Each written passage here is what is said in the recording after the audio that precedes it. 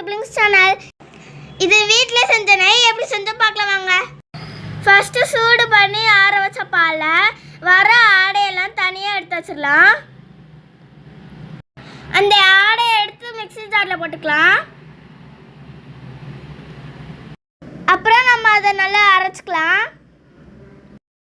Next நம்ம ice water ஊற்றி நல்லா அரைச்சிக்கலாம். நல்லா அரைச்சதுக்கு அப்புறம் நம்மளுக்கு வெண்ணெய் கிடைச்சிருக்கும்.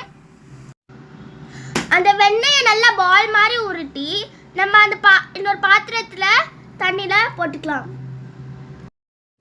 நெக்ஸ்ட் நம்ம ஸ்டவ் ஆன் பண்ணி அது மேலே ஒரு பாத்திரத்தை வச்சு நம்ம ரெடி பண்ண வெண்ணெயை எடுத்து அது மேலே போட்டு மெல்ட் பண்ணிக்கலாம். நல்லா அந்த வெண்ணெய் வந்து மெல்ட் ஆகி நெய்யாக ரெடி ஆகிட்டு இருக்கு. நெக்ஸ்ட் நம்ம ஃப்ரெஷ்ஷான கறி லீவ்ஸ் கொஞ்சம் எடுத்துட்டு நெய்க்குள்ளே போட்டுக்கலாம். அந்த பபிள்ஸ்லாம் நல்லா ஸ்டாப் ஆகிற வரைக்கும் நம்ம கிண்டிக்கிட்டே இருக்கலாம். நம்மளுக்கு நெய் கிட்டத்தட்ட ரெடி ஆயிடுச்சு. நெக்ஸ்ட் அது நல்லா ஆறுனதுக்கப்புறம் நல்லா ஃபில்டர் பண்ணி ஒரு பாட்டிலில் ஊற்றி வச்சுக்கலாம். இப்போ நமக்கு ஹோம்மேட் நெய்